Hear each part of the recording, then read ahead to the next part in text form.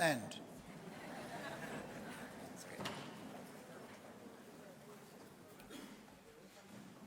Let me start by gratefully acknowledging our host,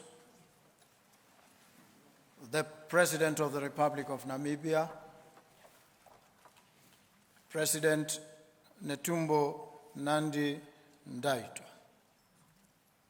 who spoke to us this morning not only to welcome and embrace all of us. She spoke to us, ministered to our hearts and our souls like the true mother of Namibia and Africa that she is.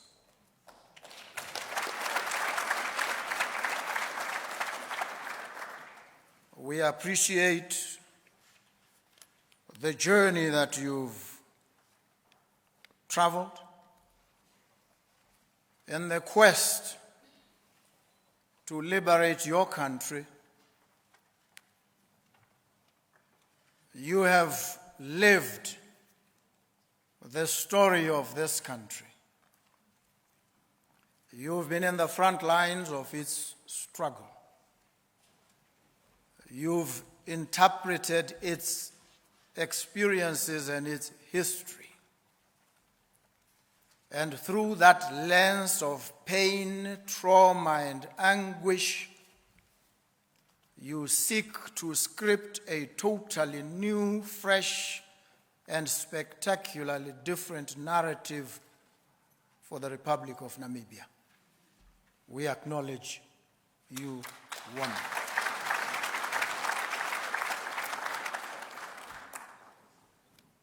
Recognize the Vice President of the Republic of Namibia, Madame Lucia Witbooi. We appreciate you, ma'am. We appreciate the pillar of support that you are to the President. We thank you for the work that you do.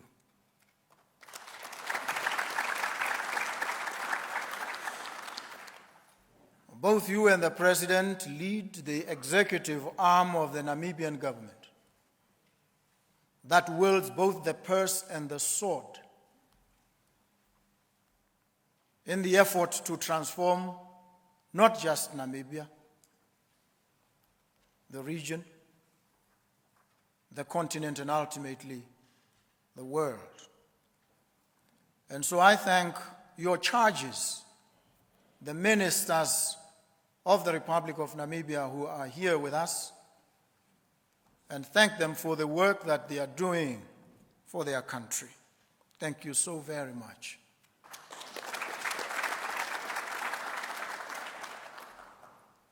I lead here a team as well, representing the Republic of Botswana. I'm its arrowhead, its trumpet voice. But I have a team around me. Several ministers are here. You've seen them, you've met them, you've engaged with them. They are also supported by public servants who are here with them and who understand the enormity of the task and the challenges with which we are confronted. I thank them too.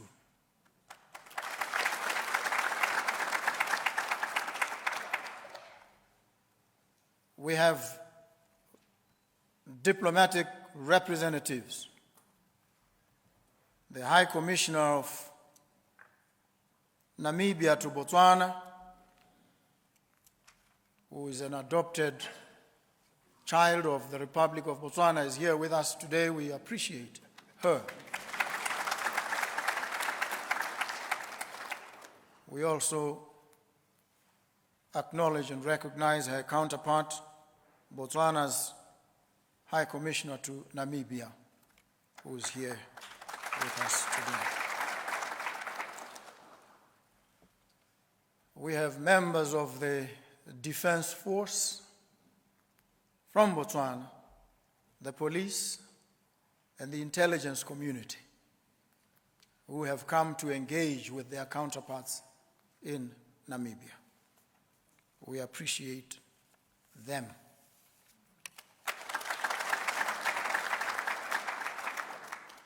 So thank you very much for being here today for this meeting, for the work that you have done in the lead up to this moment. The President of the Republic of Namibia has spoken so beautifully, so gracefully and eloquently, like a mother. I will not even remotely attempt to repeat what she has said, except to wholly associate myself with every statement she has made and every sentiment she has expressed. And having done so, I could actually just sit down at this point, because all that I could say has been said. But I would like to reflect with you briefly, if only to give some inspiration, if nothing else. We are here today as Namibia and Botswana. We've been here before, many times in fact. And I'd like to call upon all of us to take a stand in relation to two critical questions that philosophers have dealt with, wrestled with over time and climbed over the years. The first, they say, is the problem of context and contextuality. What is our relationship with the present circumstances in which we find ourselves? The habitual settings of our actions. How do we relate with them? We may relate with them from a position of obeisance, of worship, of idolatry, where we fetishize and worship the institutions, the practices, and the habits that we've inherited. And we operate in a business as usual manner. Or we can engage with these circumstances and seek to transform them. And when we seek to transform them, we must then engage in context-smashing approaches and possibilities. Do we embrace, maintain, or do we smash the context, transform, reform, shape it anew? That's the first question, the question of context and contextuality. There's a second question. Philosophers call it the solidaristic question of solidarity. How do we relate with each other? And when we consider this, we must appreciate a reality. We can't escape it. We can't run away from it. We need each other. We need each other desperately. We must acknowledge this. Botswana needs Namibia desperately. Namibia needs Botswana desperately. Fact. It's axiomatic. It goes without saying. But there's another corollary reality, and it is this. Despite the fact that we need each other so desperately, we also pose immense dangers to each other. And so in terms of this contradiction, we are pretty much like the proverbial unhappy couple. We can't live together, yet we can't live apart. We must make it work, whether we like it or we don't.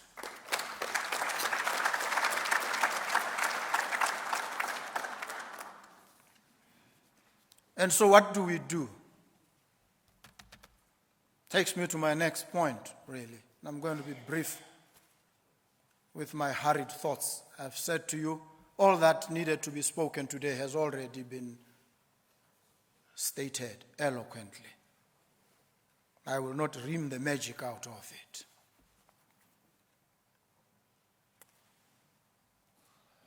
There are two broad types of people, Bruce Lee tells us.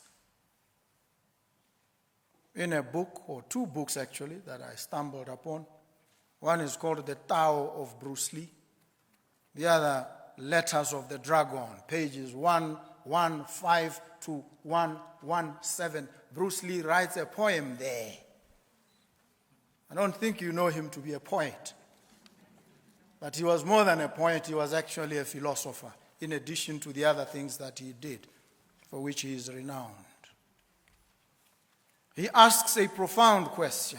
Says, having distinguished two broad types, he says there are doers and doubters. In this poem, he says there are doers and doubters. And he says, which are you? And I pose that question to you, to all of us. Which are we? Are we doers or are we doubters? And he says, the doubters said, men can't fly. The doers said, maybe, but we'll try. And finally soared into the morning glow, while the doubters watched from down below. Which are we? Are we doers or are we doubters? When I spoke with the president privately, we agreed, both of us, that our ascendance to the leadership of our two countries has ignited so much hope amongst our people. They look forward, they yearn for change. They have full faith and confidence in our ability to deliver the change. But that is also very dangerous because they are impatient. The people are hungry out there. The people are unclad. They are unhoused. They are unfed. They want to eat. They want to work. They want to eke out a meaningful living within the borders of their countries. The expectations that lie on our shoulders are enormous. And if we sit twiddling our thumbs, consuming ourselves in doubt and misapprehension, we will disappoint those multitudes that have invested so much hope in all of us. We need to respond to their cries, to their pleas, to their conjurations, and we need to respond immediately, decisively, boldly. That's what we are called upon to do, otherwise we will not be fit.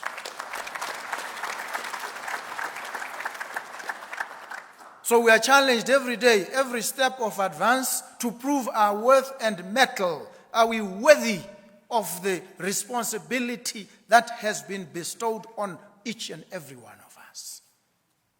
And so we are called upon now, in a practical manner, to make choices.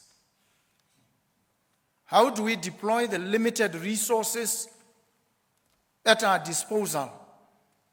And these resources include yourselves, the personnel, the natural resources, the financial opportunities. How do we mobilize, marshal these in the service of the people that have given us the responsibility to lead them?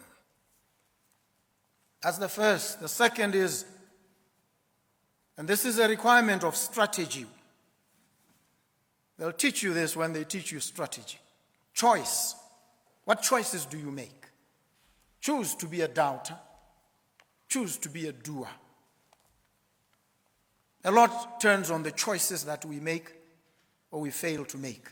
Errors both of commission and of omission. We need to be alive to these realities if we are to be of any impact at all. The second is empathy. In strategy, you need to have empathy. You need to consider the feelings and the interests of the others. In this case, Botswana must consider the feelings, the sentiments, and the interests of Namibia, and Namibia must do the same.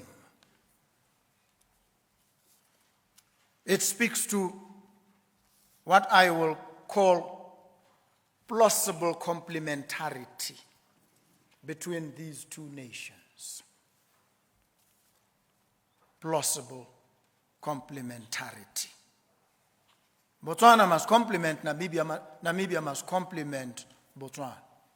Not just in talk, in word, but in action, in deed. So all the sermons that you preach must now be translated into reality. They must be enacted in the lives of real people, those on the downside of your societies, those in the dumps catching hell. Your choices, your actions must translate into something meaningful for them to transform their lives. Empathy. The third is alliance, solidarity. These opportunities for cooperation, collaboration. Some of them new. Some of them untried and untested. And when any person is confronted with untried and untested opportunities for collaboration, they recoil and they default into what they know and what they have done. But what we know and what we've done, the bulk of it hasn't worked or worked as well as we thought it would. So we are forced to reflect even on those routinized and collectivized, stylized forms of action and thought patterns, to review them, cast aside some of them, and bring into existence radically new approaches and strategies that will work for both countries, for other countries in the region, for the continent, and for the world. So we need to strengthen our alliance. Botswana, Namibia.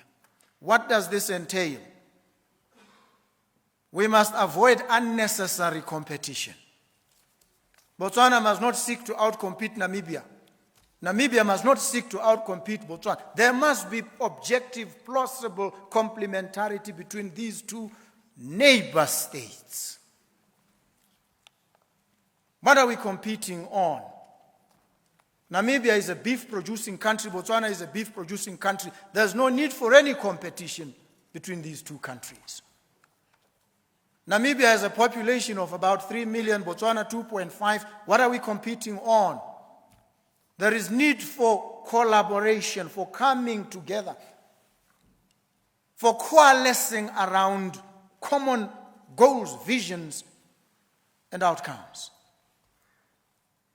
And so when Botswana fails to meet its quota to the EU because its national herd has drastically diminished, Namibia must step in and fill the gap. That's plausible complementarity.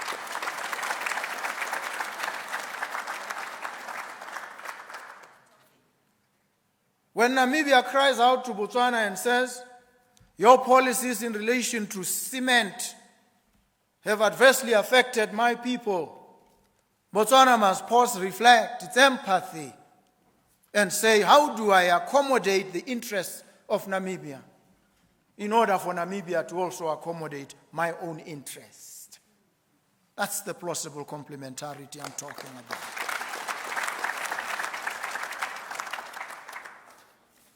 The fourth element, cause and effect. These actions that we undertake, what determinate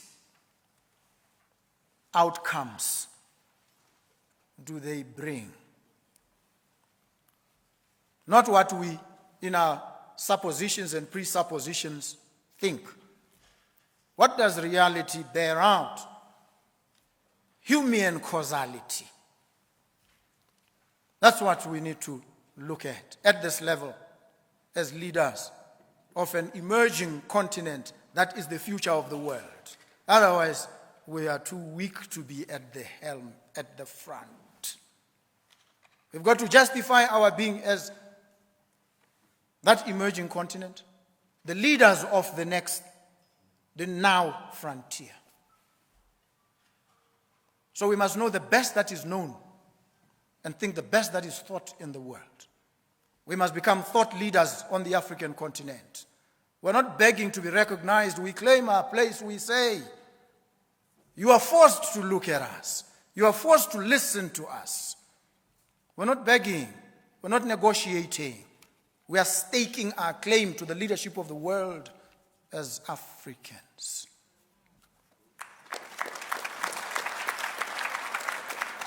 And the last issue for me is time. We're not going to be talking for an inordinate amount of time. All these decisions, these discussions must be operationalized. They must be time-bound. We must put down timelines, strict timelines, and stick to those timelines. Because we have a revolution to effect on the African continent, in our countries. And a revolution is not endless. It's not amorphous. It's not shapeless. And a revolution is sometimes convulsive. Causes ruptures, it causes uncertainty, it causes discomfort. It's a revolution, that's what it is. And it is not indeterminate. It has to achieve outcomes within a period of time. And so, many of these programs that we are looking at here, these memoranda that we will sign, how much time do we have before we see tangible results sounding in jobs, in improved livelihoods, in improved infrastructure, in enhanced opportunities for growth and collaboration? How much time are we ascribing to them? These are the elements, in my humble view, that will enable us to provide formidable answers to the problem of context and contextuality, question the challenge of solidarity, and that will determine whether we are doubters or doers. I am a doer. I am a doer unapologetically.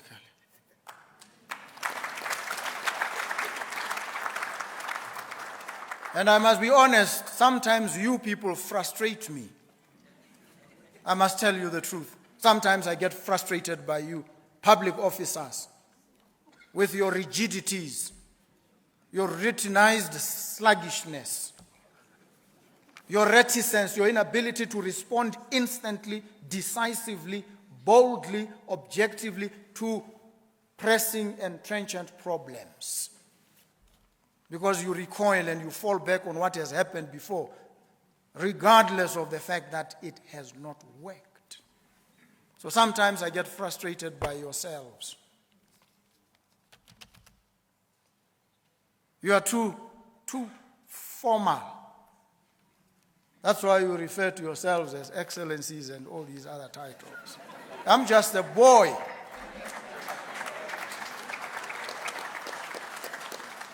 And I'm a boy to everybody. No formalities. Because I want us to focus on the real issues. Appreciating that we are all subject to human frailties, foibles, and fallibilities. We know that. We're human. We're not deities. And so when we engage, we must engage alive to all these simple realities. Botswana and Namibia. The airline in Namibia has collapsed. The Namibian airline. Air Botswana is on the verge of collapse. Botswana has 2.5 million people, Namibia about 3 million. What can these two countries do in the area of airline transportation? What can they do? The both of them, not in competition. Objective, plausible, complementarity. What can they do? It's a question I throw to you. Because I have full faith and confidence that you will provide the answer.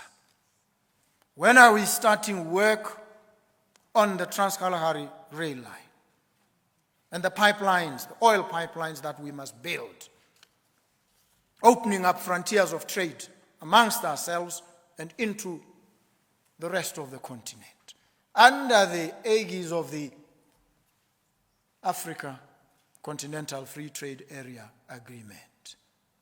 When are we translating these sermons into lived reality for our people? Let me stop right here. Thank you very much for the pleasure of your attention.